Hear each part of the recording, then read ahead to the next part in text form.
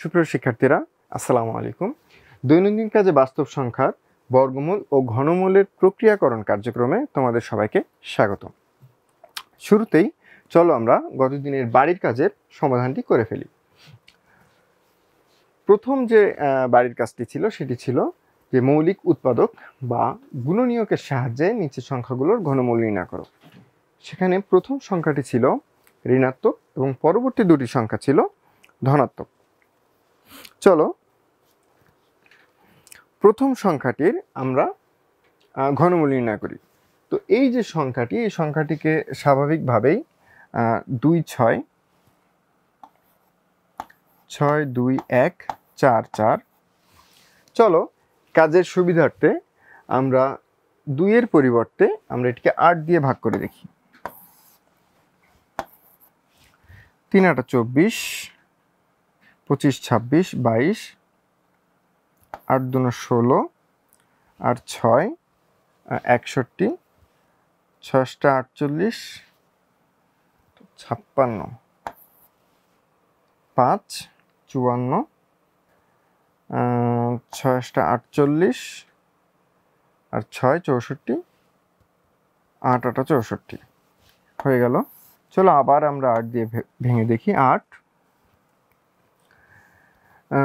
4 8 32,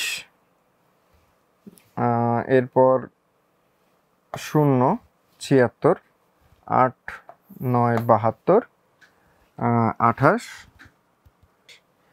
6 48। এরপর চলো দেখি আর 8 দিয়ে হয় কিনা। 8 5 8 40, 8 1 8, 8 2 16। আর এটি তো তোমরা জানোই 2 to the power 9। তারপরও আমরা 8 দিয়ে চেষ্টা করে দেখি। 6 48, 48 আর 3 51, 32, 4 8 32, আবার 8 6 8 8 64। বাহ, অনেকগুলো 8 পেয়েছি, তাই না?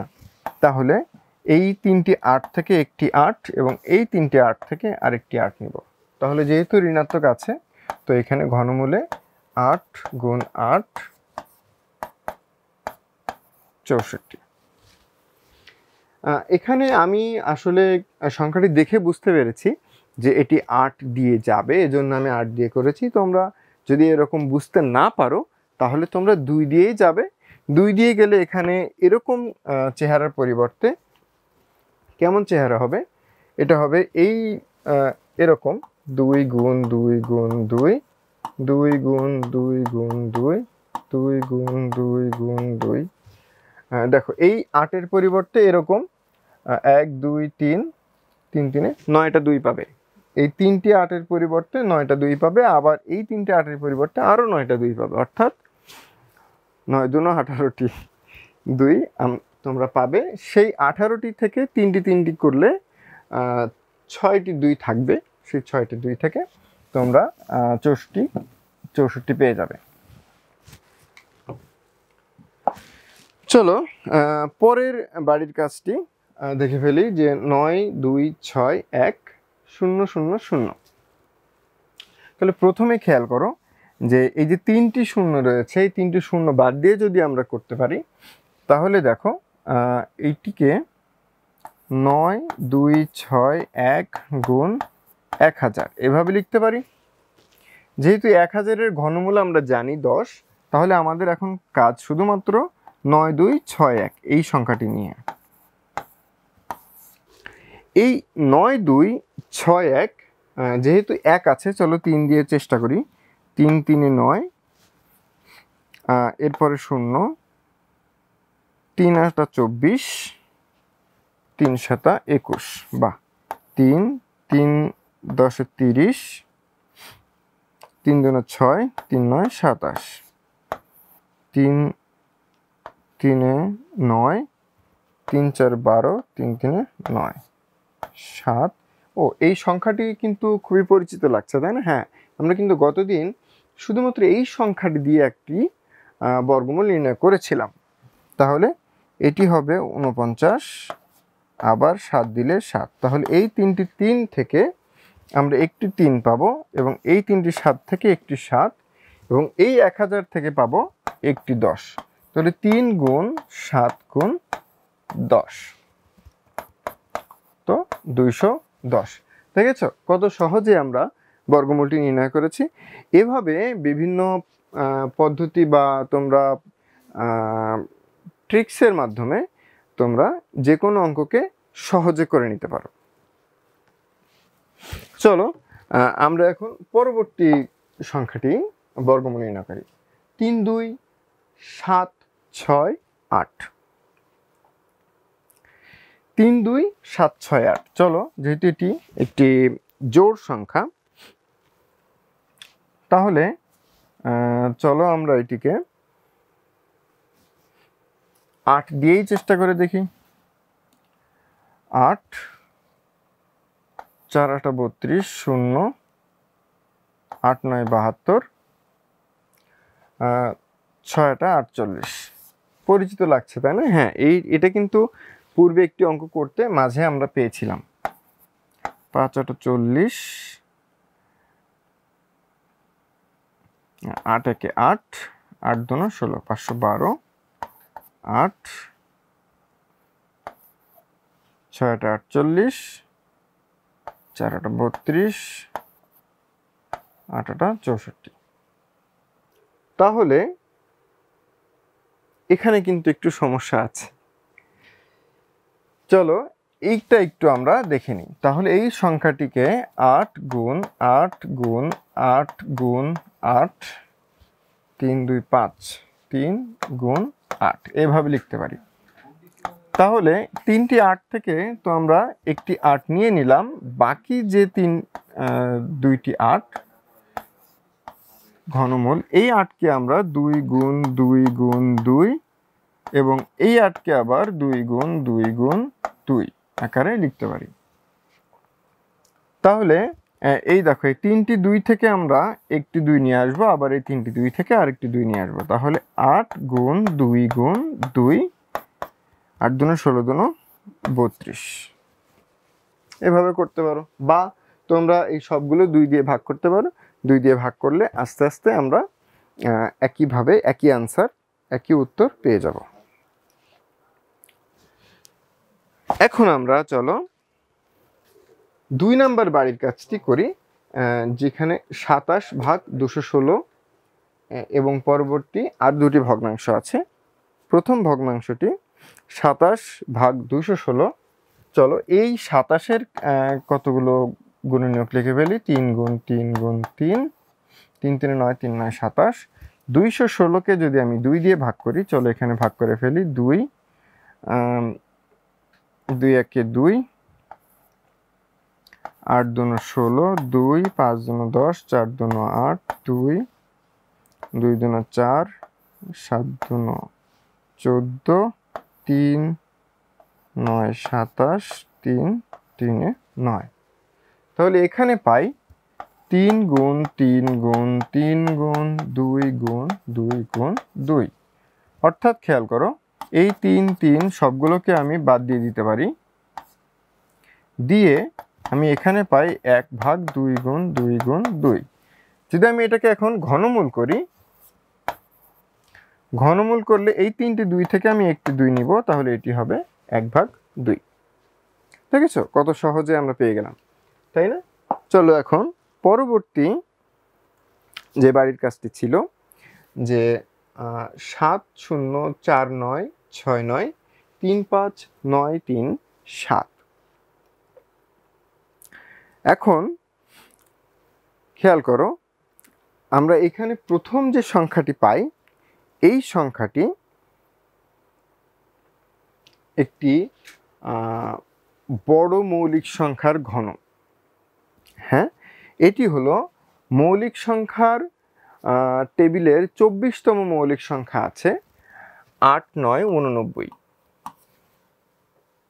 সেই সংখ্যা দিয়েই আমাকে এই যে 7 0 4 9 6 9 এই সংখ্যাটিকে ভাগ করতে হবে।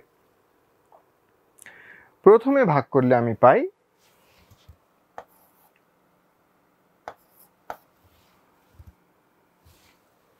2 1।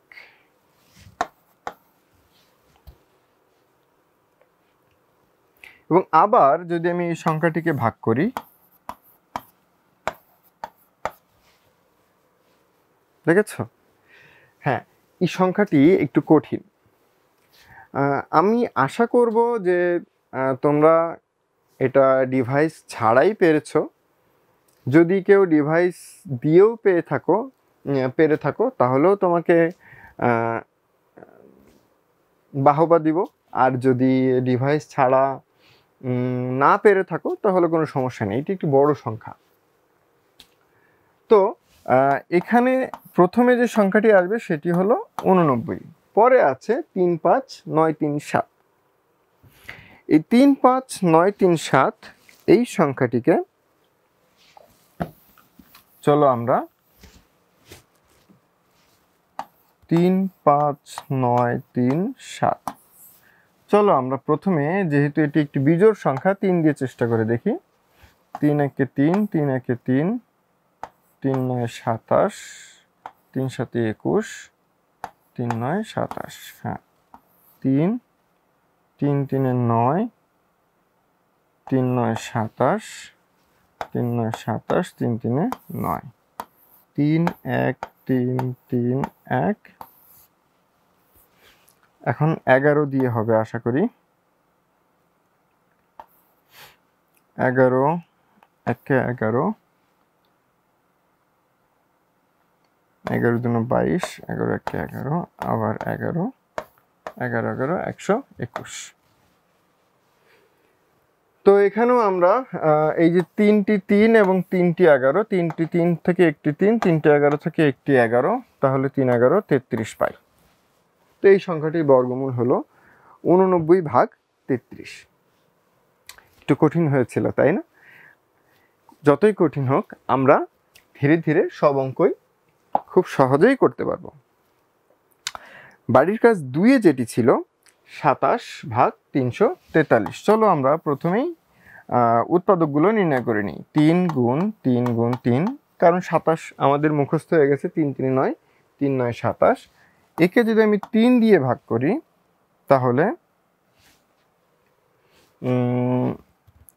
3 1 3 3 1 3 হয় না, এটা 3 দিয়ে ভাগ করলে হয় না।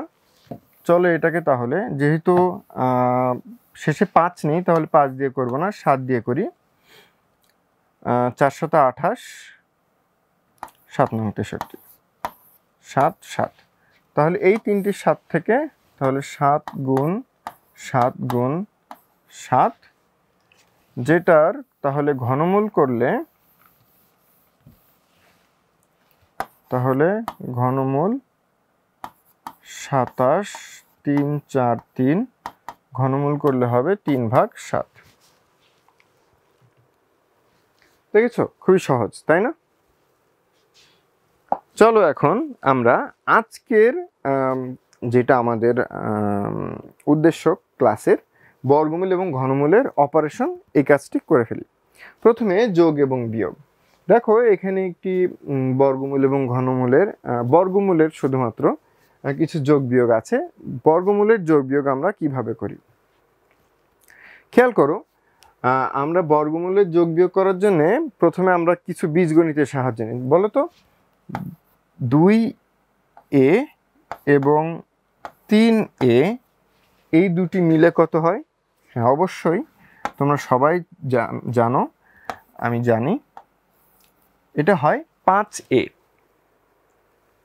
অথবা আমি যদি বলি 3ক যোগ 10ক, তাহলে কত হবে? 13ক, তাই না? তাহলে আমরা করলাম কি দেখো, এখানে 2টি a এবং 3টি a যোগ করে আমরা মোট 5টি a পেয়েছি। 3টি ক 10টি ক যোগ করে আমরা 13টি ক পেয়েছি। তাহলে এই এর পরিবর্তে যদি আমার 2টি √3 এবং 3টি √3 থাকতো,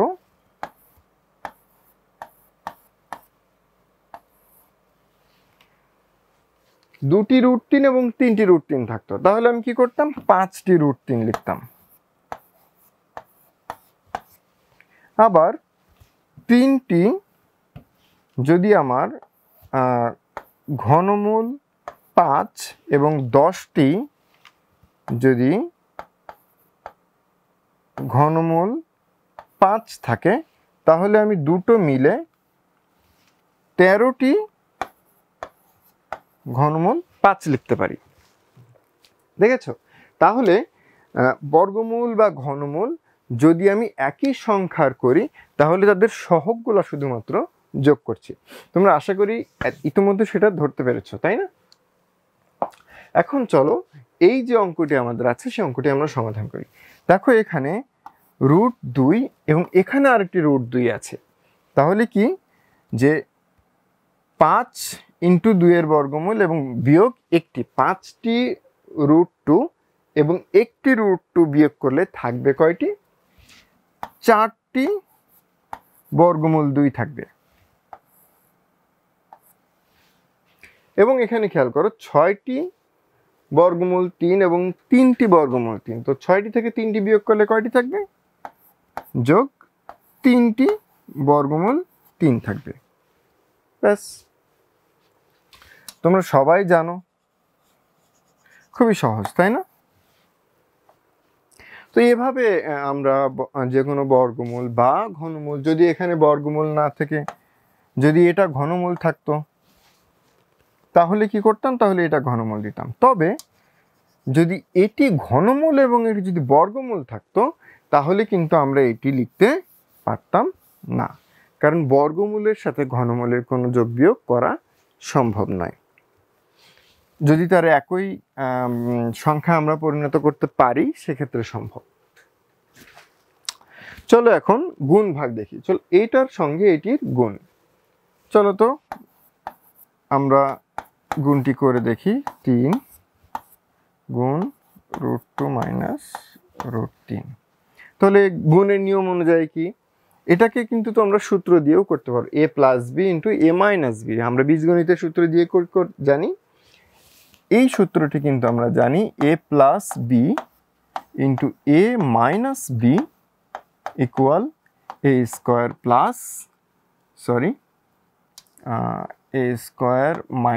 - b²। এই সূত্রটি কিন্তু আমরা বীজগণিতের সপ্তম শ্রেণীতে যখন তোমরা বীজগণিতের গুণন শিখেছো তখন কিন্তু এই সূত্রটি তোমরা প্রমাণ করেছো। এখন আমরা সেই সূত্রটি এখানে শুধুমাত্র অ্যাপ্লাই করব, প্রয়োগ করব। দেখো এখানে a + b এবং a - b এর সূত্রে আছে, তাহলে √2 এটার whole square minus √3 whole square. যদি সূত্র তোমরা প্রয়োগ করতে না চাও তাহলে চলো আমরা গুণ আকারেই করে ফেলি। এরকম যদি তোমার গুণ মানে দুটি a + b এবং a - b আকার সবসময় নাও থাকতে পারে, তখন তো তোমাকে গুণ করতেই হবে, তাই না? তাহলে এটি এবং এটি প্রথমে যদি গুণ করি তাহলে √2 হোল স্কয়ার, এরপর এটির সাথে এটি গুণ করব তাহলে minus √2 × √3 plus √3 × √2 minus √3 whole square. খেয়াল করো এই সংখ্যাটি এবং এই সংখ্যাটি পরস্পর কাটাকাটি যায়, তাই না? তাহলে এখানে থাকে 2 - 3 হলো -1। আশা করি তোমরা সবাই বুঝতে পেরেছো। তো এভাবে আমরা বীজগণিতের যে গুণ সেই গুণের মাধ্যমেই আমরা বর্গমূল বা ঘনমূলের গুণ নির্ণয় করতে পারবো। চলো এখন আমরা একটু ভাগ করে দেখি। একে এটি দ্বারা ভাগ করতে হবে, অর্থাৎ বর্গমূল 2 যোগ বর্গমূল 3 ভাগ বর্গমূল 2 বিয়োগ বর্গমূল 3। দেখো এই ক্ষেত্রে কি করতে হয়, নিচে যে হর থাকে তার বিপরীত যে রাশি সেটি দিয়ে গুণ করতে হয়। অর্থাৎ নিচে যদি √2 - √3 থাকে তাহলে √2 + √3 দিয়ে আমি উপরে এবং নিচে গুণ করব। উপরে কি আছে সেটা আমার জানা দরকার নেই, আমি নিচে যেটি আছে সেটির বিপরীত রাশি দিয়ে গুণ করে দিব। তো এখানে খেয়াল করো, তাহলে এই যে একই নিয়মেই √2a প্লাস বি ইন্টু এ মাইনাস বি, তাহলে √2 হোল স্কোয়ার, এই যে সূত্র উপরে যেটা আমাদের এ প্লাস বি ইন্টু এ মাইনাস বি ইকুয়াল এ স্কোয়ার মাইনাস বি স্কোয়ার, এই সূত্র অনুযায়ী করব বিয়োগ √3 হোল স্কোয়ার, এবং উপরে দেখা যাচ্ছে এটা হোল স্কোয়ারের ফর্মুলায় চলে যায়, যেহেতু √2 প্লাস √3 √2 প্লাস √3, তাহলে এ প্লাস বি হোল স্কোয়ারের সূত্র নির্ণয় করব √2 whole square plus 2 into √2 into √3 plus √3 whole square. ঠিক আছে, তাহলে এখানে দেখো 2 বিয়োগ 3, আর এখানে আসে 2 যোগ 2 √2 ইন্টু √3 হবে √6 প্লাস √3 হোল স্কোয়ার হবে 3। তাহলে যদি আমরা এটির পরবর্তী সংখ্যাটি লিখতে চাই, দেখো নিচে থাকে বিয়োগ 1, তার মানে সামনে আমি বিয়োগ চিহ্ন দিয়ে দিলাম, এবং এটি 3 2 5 যোগ 2 √6। এখানে কিন্তু তোমরা একটি জিনিস লক্ষ্য করতে পারো, আমি প্রথমে কি করেছি, আমি প্রথমে নিচে যে বর্গমূল ছিল সেই বর্গমূলকে কিন্তু আমি তুলে দিয়েছি। কিভাবে? নিচে যে রাশিটি ছিল সে রাশির ঠিক বিপরীত রাশি দিয়ে আমি উপরে নিচে গুণ করার কারণে নিচে এই সূত্রটি আমার প্রয়োগ হয়ে গেছে, এবং এই সূত্রটি সবসময় প্রয়োগ করতে হবে, এবং এই সূত্র প্রয়োগ করার জন্যই আমি এটাকে তার বিপরীত রাশি দিয়ে গুণ করব। এই যে বিপরীত রাশি দিয়ে গুণ করলাম, এটা হলো বর্গমূল মুক্ত হর প্রক্রিয়া। এই প্রক্রিয়াকে আমরা কি বলবো? বর্গমূল মুক্ত হর প্রক্রিয়া। চলো, এখানে তো আমরা ভাগ শিখে ফেলেছি, চলো বর্গমূল মুক্ত হর নির্ণয়ের আরেকটি অঙ্ক আমরা করি। ধরো এখানে 2√3 বিয়োগ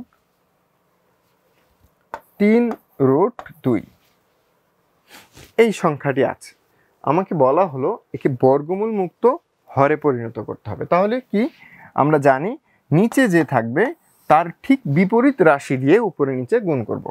তাহলে 2√3 যোগ 3√2